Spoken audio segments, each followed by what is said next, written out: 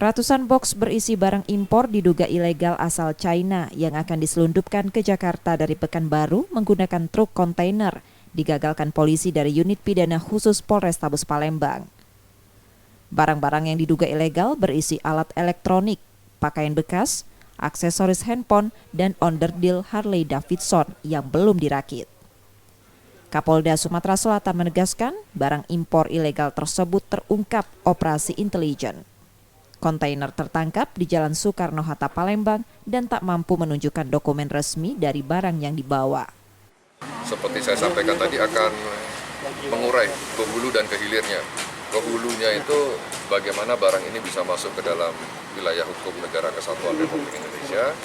Ke hilirnya untuk mengetahui siapa pemiliknya barang ini. Karena sampai sekarang baru muncul ini ekspedisinya. Ekspedisi pasti kita cek juga.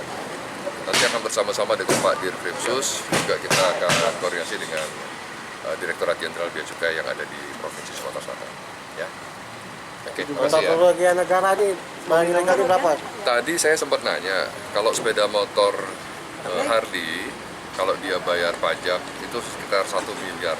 Jadi dari Harley-nya saja mungkin udah 4 miliar, belum yang lain-lainnya. Tapi 4 miliar itu udah termasuk harga sepeda motor di luar pajak. Nanti pajaknya untuk berapa kita akan hitung lagi. Polisi kini masih memeriksa pengemudi kontainer dan ekspedisi dari barang-barang yang diduga ilegal untuk mengetahui pengirim dan penerima barang tersebut. Yudi Kiswanto, Kompas TV, Palembang, Sumatera Selatan.